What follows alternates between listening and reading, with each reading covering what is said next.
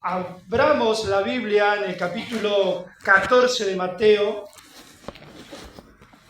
como leyó ya nuestro hermano Oscar, verso 22 en adelante. ¿Se acuerdan que el domingo pasado predicamos los versículos anteriores, que era del gran milagro de la alimentación de los 5.000, que no eran 5.000, eran muchos más, porque había niños y mujeres? Tal cual, imagínese usted que cuando terminó ese gran milagro, lo cual en su gran generosidad nuestro Señor Jesús hizo partícipe a sus discípulos, cuando sus discípulos estaban como dudando de que no tenían nada para darles, sin embargo, el Señor dijo: sí, tráiganme esos alimentos, esos pocos alimentos que tenían, tráiganlo porque yo voy a orar al Padre. Bueno, resultado, los discípulos vieron el milagro reproducirse en sus propias manos. Eso es generosidad, mucha generosidad. Que el Señor use a vasos de barro comunes y corrientes como nosotros los seres humanos. Ellos estaban hablando espiritualmente en la cima, ¿no? Los apóstoles, cuando veían que se multiplicaban los alimentos en sus manos, o no sé de qué manera, o no sé si cuando lo cortaban o lo ponían en el canasto, no sabemos, la Biblia no lo explica, no vamos a inventar nada de lo que la Biblia no diga. Pero imagínense que ellos estaban gozosos. Pero llegó un momento, lo que va a decir ahora, el verso 22, parece que al Señor Jesús le agarró como un apuro. Miren lo que dice el verso 22 del capítulo 14. Enseguida Jesús hizo a sus discípulos entrar en la barca e irse delante de él a la otra ribera, entre tanto que él despedía a la multitud. Esta palabra enseguida, otros evangelios que relatan el mismo hecho, dicen que Jesús estaba como determinado y obligándolos a que ellos suban a la barca. Decíamos, ellos estarían en un momento de éxtasis tremendo, ¿no? Reflexionando acerca de quién era Jesús, acerca de cómo se habían saciado todos, y contrario a lo que hoy generalmente se predica, o algunas sectas que van originándose a través del tiempo, hay una que dice: pare de sufrir. Es como que la Biblia, para ellos, la Biblia de ellos, dice que nosotros no tenemos que sufrir o no tenemos que pasar por pruebas tan fuertes, ¿no? Es como que para algunos nosotros tenemos que vivir eternamente la etapa de tener solo 2 peces y 5 panes y con eso alimentar a todo el mundo y gozarnos. ¿Por qué digo esto? Porque, gracias, Jero, muchas gracias. Es agua, hermano, ¿no? Solamente. Sí, bueno, muchas gracias. Por la duda. Nosotros, hermanos, creemos que la vida cristiana, o nos quieren enseñar que es solamente un momento de felicidad y que paremos de sufrir. Otras sectas o otros lugares que predican que solamente nosotros tenemos que buscar el gozo y que Dios no es el Dios que gobierna, sino es solamente un proveedor que tiene que satisfacer mis necesidades y estar siempre. Si estoy enfermo, me tiene que sanar. Si estoy en pobreza, me tiene que enriquecer. Y si soy rico, me tiene que volver más rico, ¿no? Y Dios no está obligado, y es más, el propósito de Dios no es eso, es que nosotros podamos entender. Y para eso, miren, hay una frase que me gustó mucho, es que la fe madura en la oscuridad. Para eso, los discípulos tenían que salir de ese éxtasis y meterse en una prueba que ni usted ni yo quisiéramos estar, ni siquiera cuando se nos rompe el coche en medio de la ruta a las 2 de la mañana. ¿A quién le gusta que se le rompa el coche? A los que tienen coche, por lo menos, ¿no? A nadie. Imagínese usted y yo estar en el medio del mar, ¿sí? Unos 5 kilómetros ya de la ribera, le faltaba otros 5 kilómetros más para llegar a Betsaida, y después tenían que ir camino a Capernaum. Que usted y yo estemos en una barquita tan insignificante que haya viento y que haya olas. Tenemos que decir que en ese tiempo no es como hoy, que capaz que ninguno de nosotros ha tocado un bote en la Laguna de los Padres. En ese tiempo eran muy de andar en barcos, ¿no? Más que nada Pedro, Juan y Jacob, que eran pescadores. Pero Jesús lo va a hacer pasar por una prueba tremenda. O sea que no sé qué dicen de esto los padres de sufrir. El Señor quería realmente que ellos, aunque se sentían en la cima de la espiritualidad, dando estos regalos de los panes, el Señor quería que nosotros pasemos. Porque la Biblia es muy clara, hermanos, no podemos crecer si un día no estamos en la noche profunda. La madurez espiritual no se obtiene con repartir panes que nos sobran, 12 canastas llenas. La madurez espiritual es cuando estamos en escasez, cuando estamos en pruebas. Entonces, tengo que decir esto, ¿no? Es como que nosotros como cristianos queremos siempre zafar del dolor y de la tristeza, pero Dios nos empuja. Por eso dice, enseguida Jesús hizo salir a sus discípulos, los obligó e insistió. Tenía una urgencia que ellos suban a esa barca, porque el Señor ya tenía un plan preparado, pero no era solamente eso, porque los otros evangelios nos van a relatar, por ejemplo, el Evangelio de Juan, capítulo 6, versos 15, que dice, pero que había mucha gente que había sido alimentada por Jesús, y dice que querían apoderarse de Jesús para hacerlo rey, para destronar a Herodes, para armar una revolución política, y Jesús no vino para ser el rey terrenal. Jesús no vino para adaptarse y conformarse a este mundo. Por eso podemos pensar también que Jesús subió enseguida a sus discípulos con urgencia y los mandó fuera de ahí. ¿Por qué? Porque sus discípulos todavía no estaban maduros. No estaban maduros. Y podían caer en el error de las malas influencias de la multitud, las masas. Muchas veces nosotros también nos podemos dejar llevar por las masas, ¿no? Por las multitudes, por los pseudos milagros. Siempre, cuando yo inicié en el Evangelio hace casi 37 años atrás, en una iglesia muy pequeña que era un garage, había un muchacho que decía, ¿por qué acá no hay milagros? Yo escucho que en otros lugares hay milagros. Y a mí eso me seducía y me hacía pensar, es verdad, ¿por qué acá no hay milagros? ¿No? Y estoy hablando hace 37 años atrás. Usted no estaba todavía en esa época. Era muy maduro, yo era muy nuevito y gracias a Dios el Señor me sostuvo. Pero a veces hay buenas intenciones que a nuestra mente y a nuestro corazón lo puede hacer desviar de la verdad de las Escrituras, con buenas intenciones. Jesús quería evitar que sus apóstoles, esto estoy suponiendo, no es que la Biblia lo dice, pero uno supone porque Jesús tenía urgencia que ellos salgan de ese lugar, además de que el Señor tenía preparado esa pequeña, gran prueba para los apóstoles. Entonces,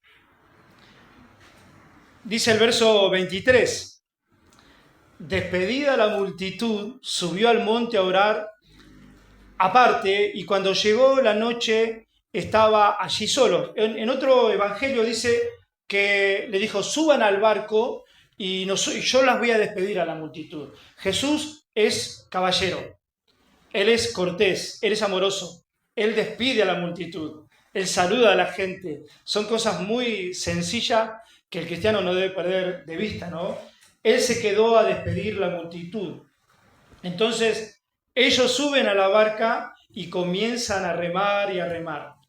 Pero miren lo que dice Marcos 10:45, dice, porque el Hijo del Hombre no vino para ser servido, sino para servir, y para dar su vida en rescate de muchos, ¿no?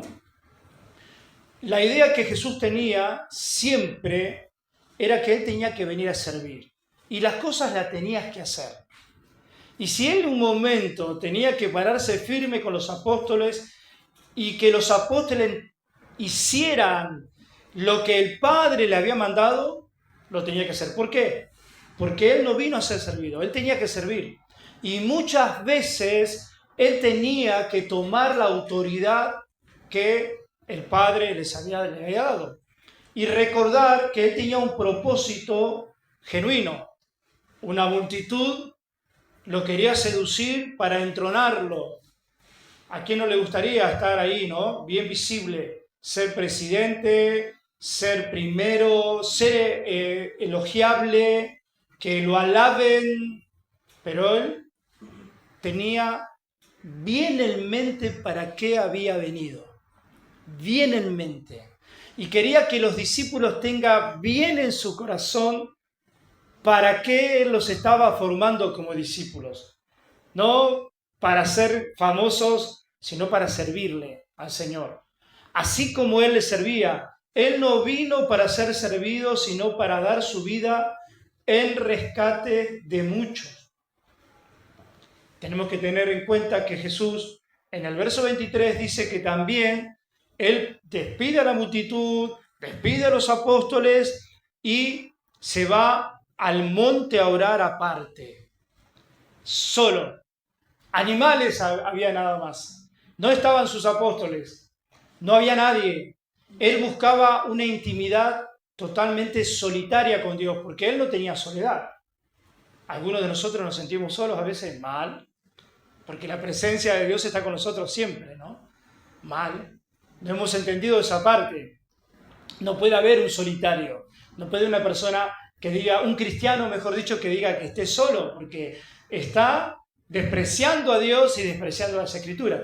Jesús sabía, y Él no necesitaba, como tal vez a nosotros nos puede pasar, que nos escuchen orar, o orar en compañía, orar como iglesia, o es como que, no sé si será, hermanos, y aquí me salgo un poquito del texto en el sentido, no sé si será que nosotros muchas veces estamos gobernados por las redes sociales o por los dispositivos, como los celulares, que cada día queremos orar menos solos, completamente solos en la habitación, solos. Desde cuando yo me convertí, la idea era orar solos. Con mi esposa no orábamos nunca juntos, muy de vez en cuando. Ahora como que está bien orar con esposo, está perfecto y hay que hacerlo en matrimonio, pero Jesús no necesitaba reconocimiento, que lo vean. Él oraba, era necesario para él. Es por eso, hermanos, que Jesús pudo hacer todo lo que Dios le mandó. ¿Será que nosotros hoy vivimos a veces en apatías, en aflicciones, en continuas pruebas en nuestros corazones, porque realmente no estamos buscando la relación íntima con Dios?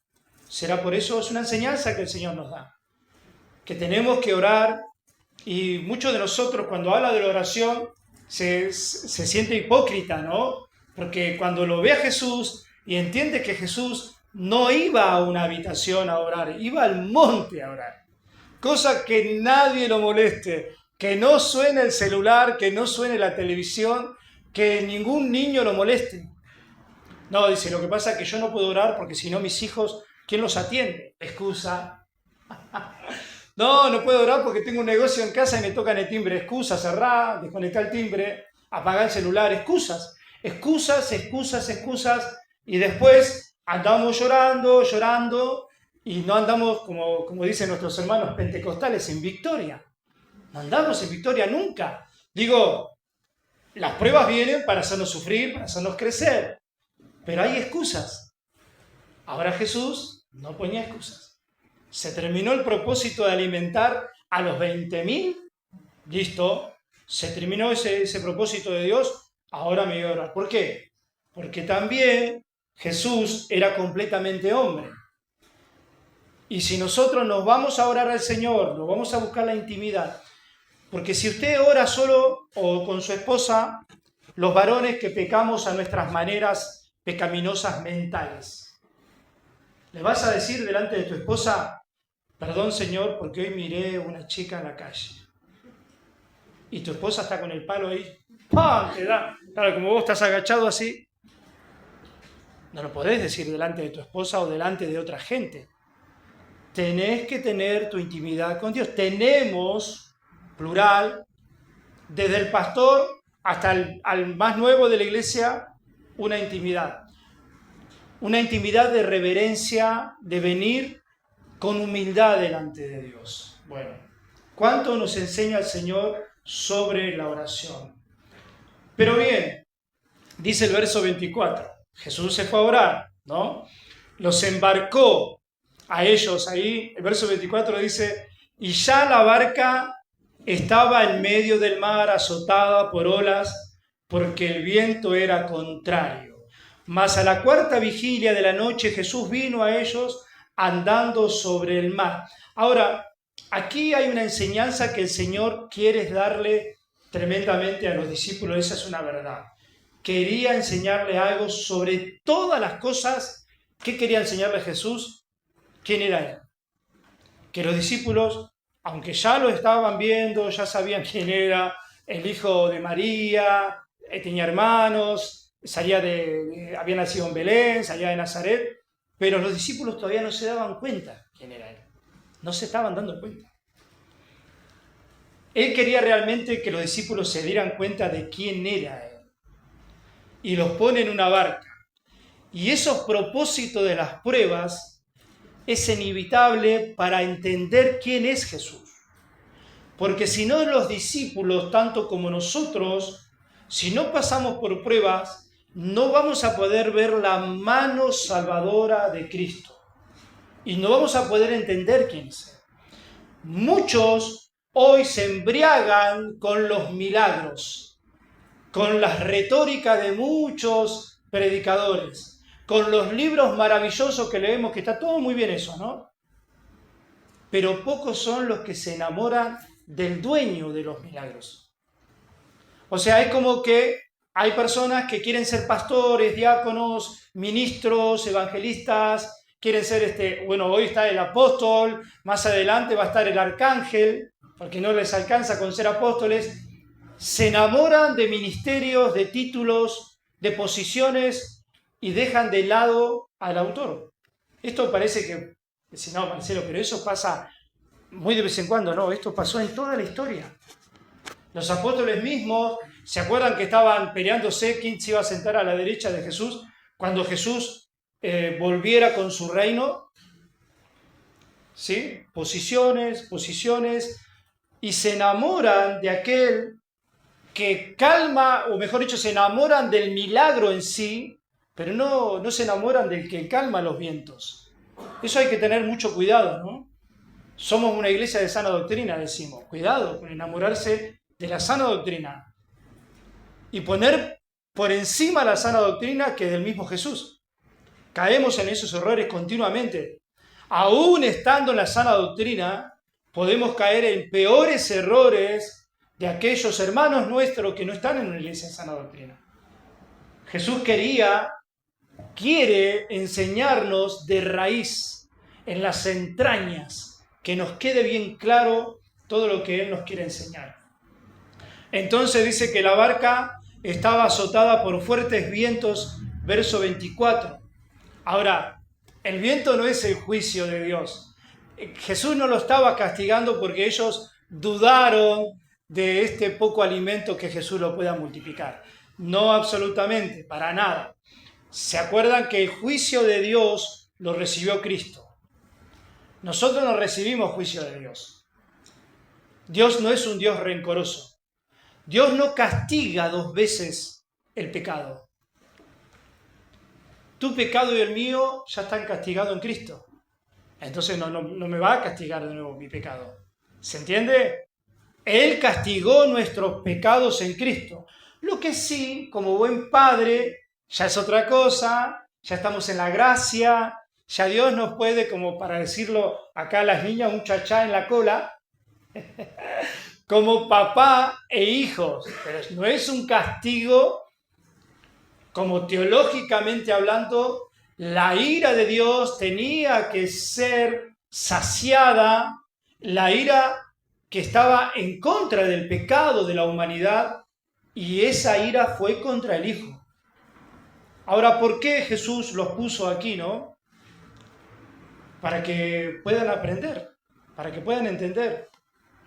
En Mateo 8:23, no lo busque, simplemente se lo menciono. También Jesús había estado en la barca con ellos, ¿se acuerda? Que se levantó una gran tormenta y Jesús dormía. Ahí sí tuvieron miedo los apóstoles. Yo me imagino que aquí también, pero el relato bíblico no dice en Mateo por lo menos que tuvieron miedo. Hay que tenerlo en cuenta. En Mateo no dice que tuvieron miedo. En ese momento, en otros capítulos de Mateo anteriores, sí tuvieron miedo. Dice, maestro, no tienes cuidado, no te fijas de nosotros que vamos a ahogarnos, despertate, maestro. Aquí van a tener miedo a otra cosa, a lo que generalmente todos tenemos miedo. ¿Sí? ¿Habrá algún valiente que no le tenga miedo a una tormenta? Nuestros amados hermanos orellanos, que lamentablemente el Señor, digo lamentable, si el Señor lo quiso es porque el Señor lo quiere, y se fueron a Bahía Blanca a vivir. Él está ahora mismo, o estuvo hace unos días, en el medio del mar, llegando a Noruega. Y le pregunto, Seba, ¿tuviste muchas tormentas? Sí, para ser dulce. Tormentas, dice él, ¿no? Ustedes saben cómo él habla, ¿no? Muchas tormentas. Y el Señor quiere que realmente pasemos tormentas, para que nos demos cuenta de muchas cosas. Entonces, en Juan 6 también dice, cuando habían remado como 25 o 30 estadios, no lo dice Mateo, lo dice Juan. ¿Qué son 25 o 30 estadios? Cada estadio tiene 180 metros aproximadamente, no nos vamos a poner técnicos, pero realmente habían remado ya 5 kilómetros aproximadamente, y después va a decir que era la cuarta vigilia de la noche, que son más o menos entre las 3 y 6 de la mañana. Si usted y yo pensamos que los apóstoles aparentemente no habían dormido todavía, después de haberle dado de comer a 20.000 personas, un trabajo muy arduo, trabajo tremendo, ellos hacían de diáconos, de servicio a la multitud, ¿sí? Estaban aparentemente sin dormir y con el viento en contra, dice la palabra de Dios. El viento estaba contrario, dice el versículo 24 del capítulo 14. Estaban exhaustos, ya no podían más. Esto no es una exageración, es algo usando el sentido común.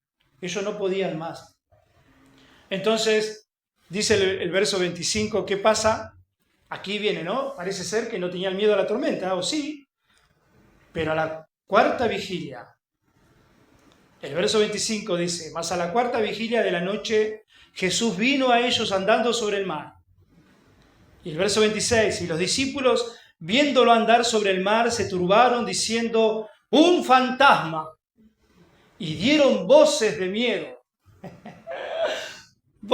¿Alguna vez dieron voces de miedo? Si tuviera Mary me contesta. Usted no me contesta ninguno, pero está bien, estamos predicando.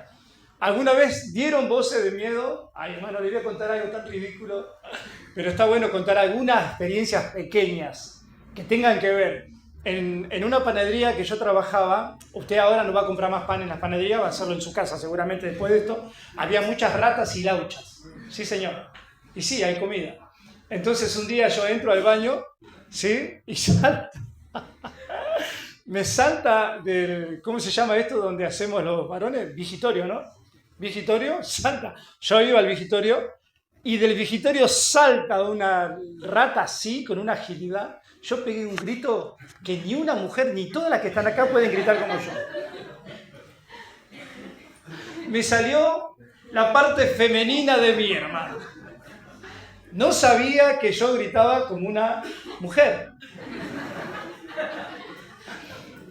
Pero gracias a Dios, usted se ríe, mis compañeros no me escucharon.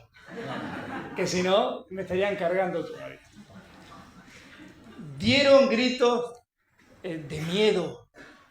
Un fantasma. ¿Se asustan con los fantasmas ustedes? Mucha gente sí. Sí, nuestros hermanos pentecostales, no, a mí les gusta estar entre demonios, fantasmas, yo los admiro en eso, ¿no? A ellos les gustan esas cosas. A nosotros no nos gusta, porque es sobrenatural, es algo que no es natural para nosotros. Pero Jesús demuestra ser soberano. Él caminando por las olas, cuando las olas eran enormes, cuando los vientos eran poderosos, que castigaban a la nave y la movían, a él ni las olas ni los vientos lo mueven. Y él venía a paso firme. Él no caminaba en el mar, él caminaba sobre el mar. Él lo hace siempre, siempre. Quería que los discípulos lo vean caminar sobre la tormenta para que ellos aprendan de ahí en más a caminar por muchas tormentas que ellos iban a vivir. A tal punto iban a vivir tormentas que iban a ser descuartizados, decapitados, asesinados a espadas, aserrados. Y él les quería enseñar eso. Los quería usar primero con el propósito, pero el fin de los apóstoles tenía que ser un fin trágico. Tenían que vivir la experiencia o casi la experiencia que nuestro Señor Jesús vivió en la cruz. Aunque tenemos que decir que nuestro país es un país libre religiosamente, pero hay algunos países, en algunos lugares, que todavía persiguen a los cristianos y le dan martirio a los cristianos. Entonces, tenemos que orar por ello, como orábamos hoy en los grupos, por las misiones, por los misioneros y por todo lo demás. Dice Jonás sí que sabía de tormentas, ¿se acuerda? Dice Jonás en el capítulo 1, verso 4, pero Jehová hizo levantar un gran viento en el mar, y hubo en el mar una tempestad tan grande que se pensó que se partía la nave. Jonás estaba diciendo que Jehová, el Señor, hizo levantar. Y tenía un montón de texto, pero decenas de textos, que las tormentas no vienen si no es por la mano de Dios. Cuando usted vea una tormenta venir, decir, acepto la tormenta, Señor, porque viene.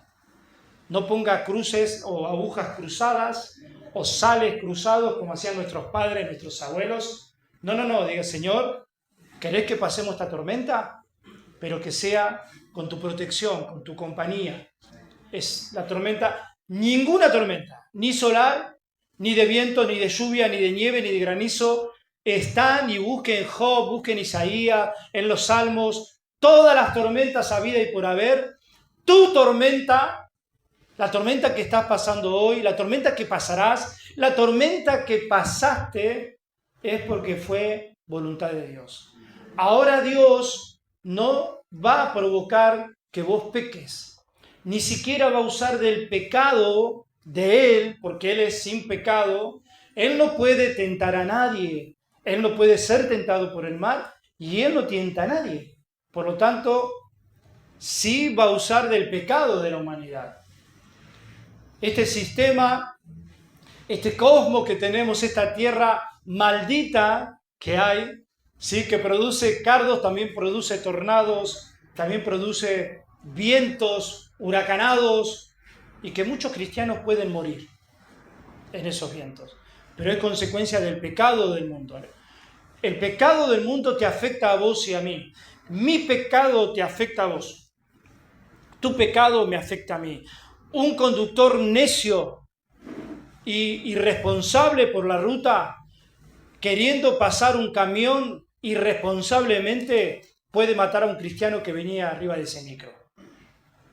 Dios está al control. Dios sabe. Es el pecado del hombre. Le voy a leer algo. Los discípulos debían aprender que Jesús no era solo un maestro o un filósofo o un hacedor de milagros. Los discípulos tenían que experimentar a Jesús más profundamente.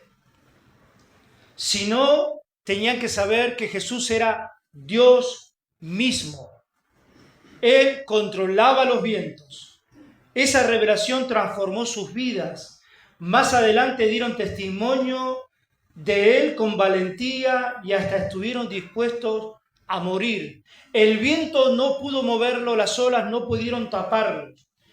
Las leyes de la naturaleza no podían con Cristo. Cristo manejaba y gobernaba las leyes de la naturaleza que el mundo y el humano no puede hacer. Por más que pongan paredones gigantes para detener los tsunamis, Dios puede armar un terremoto detrás del paredón. Y Dios así lo quiso. Y es soberanía de Él.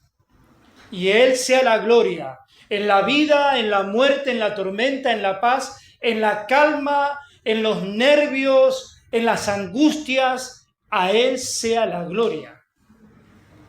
El Señor Jesús vino a mostrarnos que en los sufrimientos también los cristianos podemos darle gloria.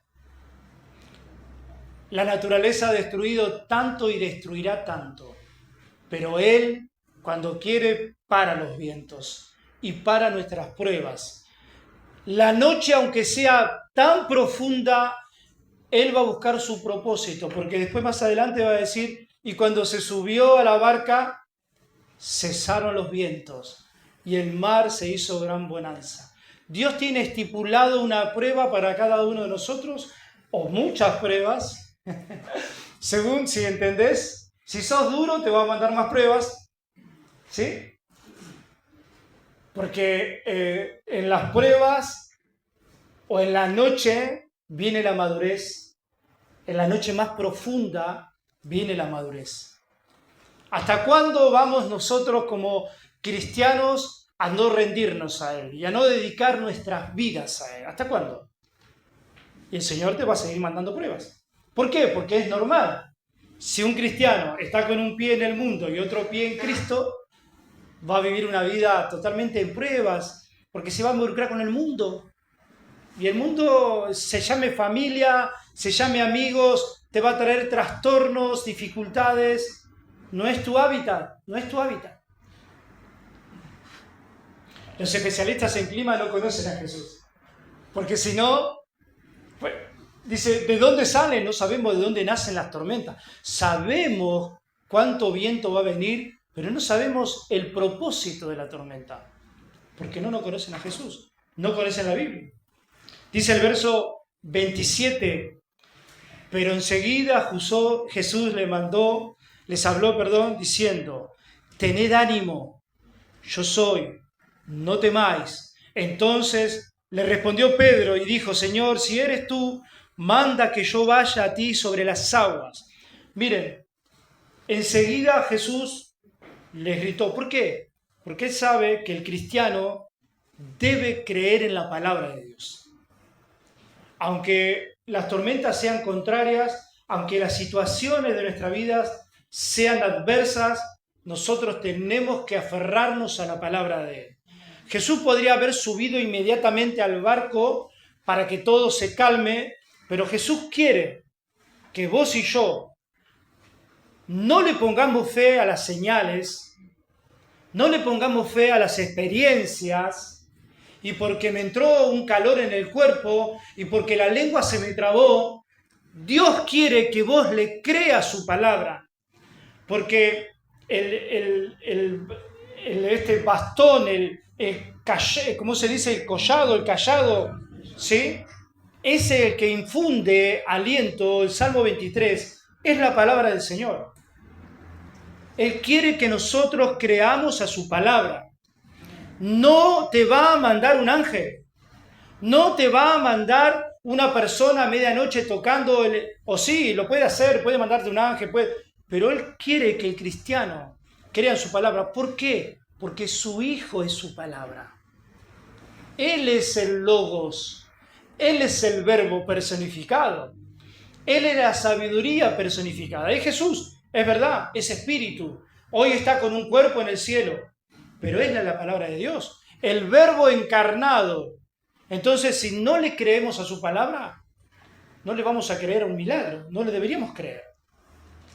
Hay gente que cree más en los milagros hoy que en el propio Jesús, porque no viven conforme a lo que Jesús dijo, sino que viven experimentando, queriendo, con falsas expectativas, experimentar milagros continuamente. Porque eso es el alimento de ellos. Y ningún milagro hace aumentar la fe de nadie, sino las pruebas. Si no, pregúntenle a Jesús. Miles de personas fueron bendecidas por Él, pero en un momento casi no lo seguía nadie. Hasta sus apóstoles lo abandonaron. Y miren acá, ¿sí? No seremos 70 personas. También hoy faltaron un montón, hermanos, Hoy faltaron muchos. Entonces, cuando parece que Cristo perdía de vista a los suyos, ¿no? Estaba en un monte, desatendido de sus discípulos, aparece en el lugar menos esperado. Un fantasma, se asustaron ellos, tuvieron temor. Aquellos que después dieron la vida. Por eso les digo que ellos todavía estaban inmaduros, todavía. Porque después dieron la vida por Cristo, sin ningún problema. O sea, obviamente no con lo que conlleva el sufrimiento de la muerte. Pero Cristo estaba orando por ellos. Hay un predicador que escuché que decía, ellos estaban más a salvo que nunca, porque el Señor en el monte estaba intercediendo por ellos. Eso es más que probable. La Biblia nos cuenta que cuando Jesús oraba por él mismo, que el Señor lo fortalezca cuando pide, por ejemplo, Señor, si es posible, pasa de mí esta copa, pero no sea mi voluntad, sino la tuya. Pero muchas veces oraba, la mayoría de las veces, por sus discípulos, por su iglesia, por lo que él estaba amando. Su mirada soberana nunca se apartó y nunca se apartará de sus discípulos. Nunca jamás. Él no tiene límites. Él puede caminar. Y déjame leerle esta parte, ¿no? Esta parte tan hermosa del Salmo 23. Aunque ande en valle de sombra de muerte, no temeré mal alguno, porque tú estarás conmigo. Eso es lo que el Señor nos quiere hablar. No solamente a los discípulos, ¿no? Cuando dijo, tengan ánimo. En el momento de la prueba extrema, tengan ánimo. Yo estoy con ustedes. Alguien nos puede decir, sí, pero yo estoy sufriendo un montón. Tuve la pérdida de un ser querido. ¿Y qué le decimos a eso? Hoy Marcos dijo una simple, pero no por simple, gran verdad. Al verdadero cristiano, la palabra de Dios le va a infundir aliento. Le va a infundir aliento, aun cuando esté en la amargura más profunda de su vida. La palabra de Dios, la presencia de Dios va a estar con él. El sufrimiento no va a ser el sufrimiento del mundo. El mundo sufre de una manera totalmente desgarradora. El mundo pasa los límites del sufrimiento porque ellos no tienen a Dios, ellos tienen ídolos. Y los ídolos no te dan paz, te dan sufrimiento. Cuando los ídolos están vivos, podés gozar en la carne, pero cuando se te mueren, podés sufrir de una manera irreversible. Depresiones, amargura. Se nos casa un hijo y estamos 3 años amargados. Eso no es de un cristiano. ¿Sí? Nos deja, mi novia no porque yo tengo esposa, tu novia te deja, tu novio te deja y estás amargado 3 años, odias el matrimonio, odias a los hombres, odias a las mujeres, ¿no? Eso no es de cristianos. El cristiano verdadero, el Señor lo va a levantar y lo va a acompañar. Y cuando el cristiano está sufriendo, siente, déjeme decir esta palabra, la presencia de Dios. Y aún en su sufrimiento se siente consolado por el Dios de toda consolación. Dice 2 Corintios capítulo 1, verso 4. El Dios de toda consolación. ¿Pero quién es Él? Es el gran yo soy. Él le dijo, ¿no? No teman, yo soy. Este mismo gran yo soy que habló a Moisés ahí en el monte Sinaí, que se visualizó en una zarza y que le dijo, anda a liberar. Cada vez que el gran yo soy aparece para dar un mandato, es siempre para librar a su pueblo. Siempre. Así como Dios usó a Moisés, le dijo, ve a Faraón, ¿y quién le digo, Señor, que me manda? Decirle que yo soy el que soy. Yo soy el que existe. Yo soy el único que existe por siempre. Para liberar a Israel, así el gran yo soy se manifiesta en un lago con 12 apóstoles temerosos por ver un fantasma. Y así se tiene que manifestar en la vida de cada uno de nosotros. siempre. Pero esto tiene que ver con la fe, no tiene que ver con el enamoramiento común y corriente, sino tiene que ver con la profunda fe y bien asentada en las Escrituras para entender esto. No vivimos por la fe de alguien. Hijos, niños, ustedes no viven por la fe de mamá, ni de papá, ni del pastor. Ustedes viven por la fe que Cristo les da a ustedes. Y nosotros y ustedes no viven por mi fe, y yo no vivo por vuestra fe, sino por la que Dios nos dio. Y a Él le creemos. Cada vez que nos pasan cosas o nos hace falta algo, enseguida en la mente, ¿qué pensamos? Aquello que recurrimos a un ser querido que tiene dinero. ¿Alguno tiene un ser querido que tiene dinero? Yo tampoco, estamos todos igual. Uy, se me rompió el calefactor y no tengo plata. Ten en la cabeza mi mamá, mi papá, mi cuñado, no sé quién, ¿no? Alguien, mi vecino, mi amigo. Eso es una prueba de que no tenés fe. Porque lo primero que tenés que pensar es en Dios. ¿Sí? Lo primero. Ahora decir, pero entonces es fácil, pienso en Dios y después le pido a mi amigo. No. Primero debes ser sincero delante de Dios, así como Pedro. Dice el verso 28, miren. Entonces le respondió Pedro y dijo, Señor, si eres tú, manda que yo vaya a ti sobre las aguas. ¿Usted qué opina de Pedro ahí? Pedro, el gran, el que se entremete en todo, ¿no? Pero Pedro tenía algo muy genuino. No me lo critica Pedro, no me lo critique. Usted dirá, este Pedro otra vez se está jactando. Mirá que se le ocurre a Pedro hacer lo mismo que el Señor. ¿Cómo yo, un simple humano, voy a querer imitar, aunque hoy vemos muchas personas por las redes sociales que quieren hacer lo mismo, quieren hacer Jesús, no lo van a poder hacer nunca, quiere caminar por las aguas, son atributos de Dios, no son atributos comunicables como estamos enseñando en la radio, son atributos que son solamente de Él. Él domina las leyes naturales. Pero Pedro, lejos, y se entiende por el texto, de jactarse, o como decimos aquí, de hacerse ver con sus consiervos apóstoles, Pedro quería realmente experimentar, porque él estaba gozoso de verlo a su Señor. Él quería experimentar genuinamente esta grandeza del Señor. Por eso Pedro dice, es como que Pedro pidió permiso, ¿sí? Dijo, miren, verso 28, y dijo, Señor, si eres tú, manda que yo vaya a ti sobre las aguas. Pedro no estaba negando que era Jesús, sino que Pedro estaba diciendo, Señor, bueno, ahora demostrá que vos sos Dios y yo voy a hacer esto. Pedro quería reivindicar a Jesús. Pedro quería levantar a Jesús para que todo el mundo vea que un simple hombre con el poder de Jesús, que no era solamente un filósofo, un maestro, un sanador, un milagrero, sino que era Dios, lo podía hacer caminar sobre las aguas. Y Pedro caminó. ¿Pero qué pasó después? Verso 29, y le dijo, ven, le dijo el Señor, ¿no? El Señor lo invita a venir, a caminar con Él, en milagros. Nosotros los bautistas creemos en milagros, ¿sí?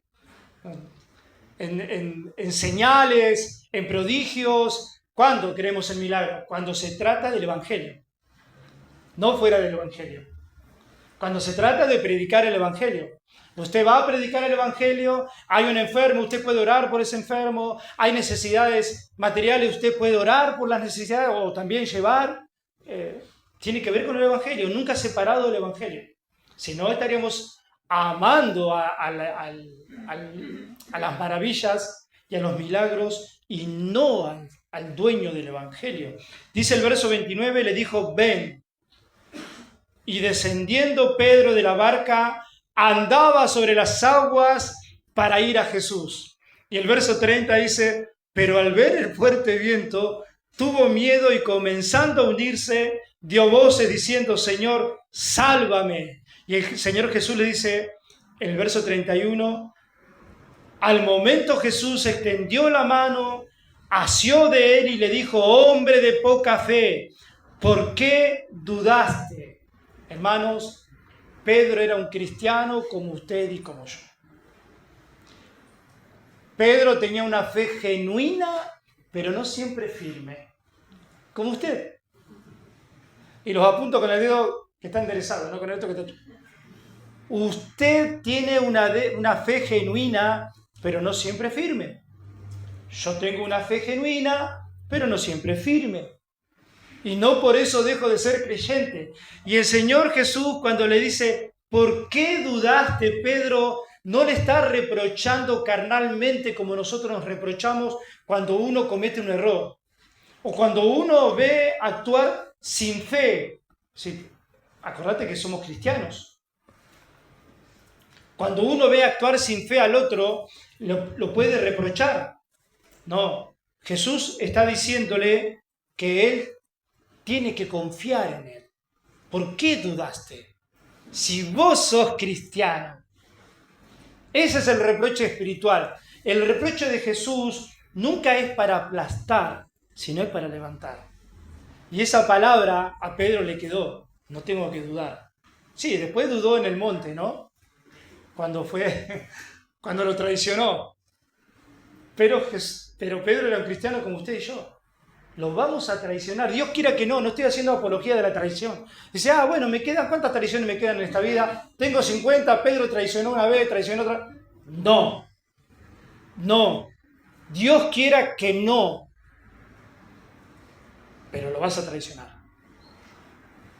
Y esa traición, como a Pedro, ahí en el patio del templo que vio a Jesús, y lo vio y cantó el gallo, esa traición, al verdadero cristiano lo hace llorar de tristeza. Al que no es verdadero cristiano no se da cuenta y sigue traicionando a Jesús. Cada pecado nuestro debe traer dolor. Por eso cada pecado o pecamos cada vez menos, sería el término. Porque sufrimos, porque nos trae dolor, nos trae culpa.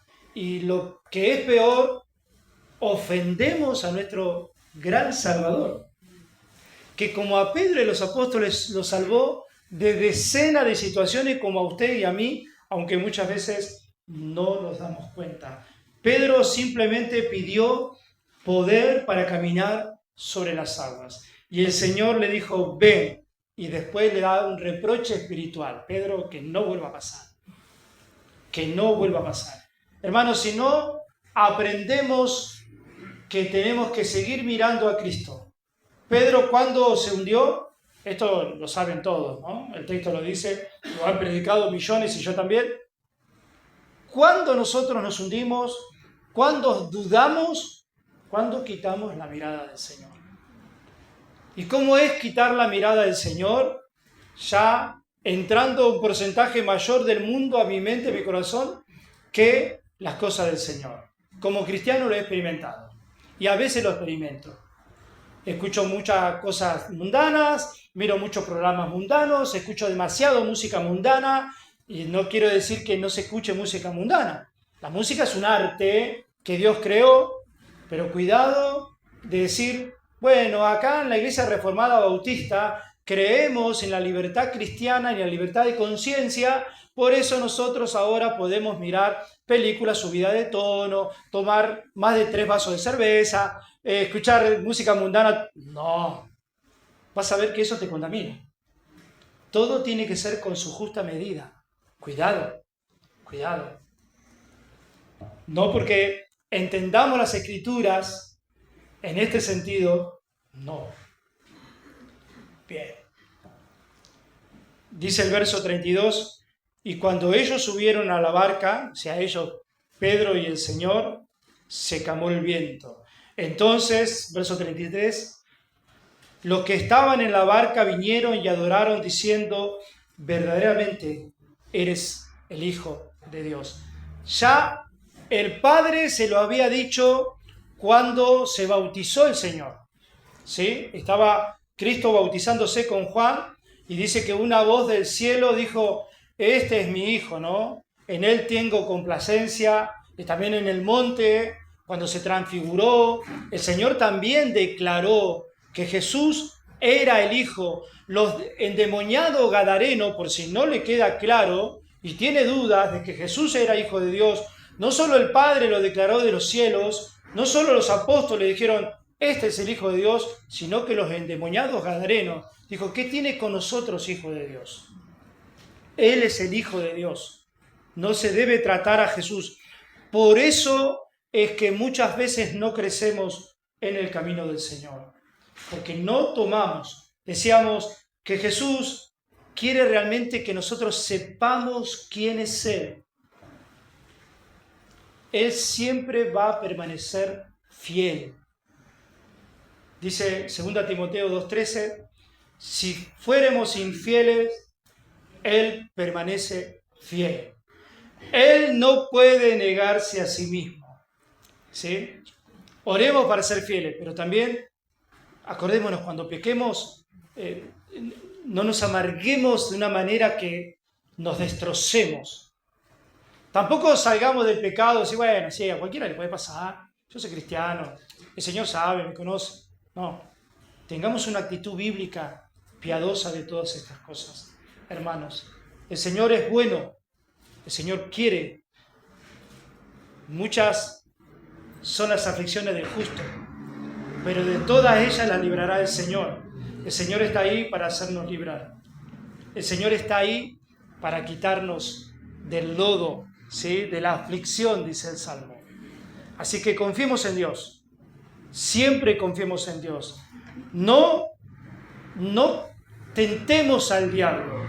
Vieron que nosotros aquí no hablamos tanto del diablo porque le hemos dado mucha autoridad al diablo en años pasados que el diablo no tenía. Pero no ignoremos sus maquinaciones, dice la Biblia. Aferrémonos al Señor y no dejemos de mirarlo al Señor. Ni aun cuando estemos en el momento más extraordinario de nuestras vidas, en el momento de más belleza de nuestro matrimonio, o con nuestros hijos, o en nuestra empresa, aún en ese momento, por favor, no dejemos de mirar al Señor. Es lo peor que podemos hacer, ¿sí? Oremos. Señor, te damos la gloria en esta mañana, te damos gracias porque tu palabra nos alienta, Señor, y nos da este entendimiento que así como Pedro flaquea en su fe, así como los apóstoles te confundieron con un fantasma, nosotras muchas veces nos confundimos en esta vida. Pero, Señor, tenemos el aliento que, aunque nosotros no permanecemos fiel todas nuestras vidas, pero sí vos permanecés fiel. Y que nuestra salvación no depende ni hasta de nuestra fidelidad, sino depende de la obra de Jesucristo. Así como Jesús le dijo, hombre de poca fe a Pedro. No le dijo, hombre que no tienes fe, no, le dijo que tenía poca. Que esa fe servía y bastaba para salvarse.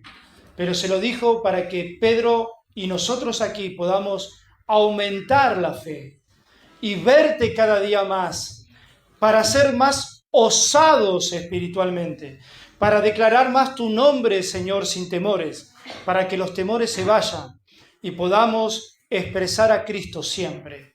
Esto te lo pedimos en el nombre de Jesús. Amén.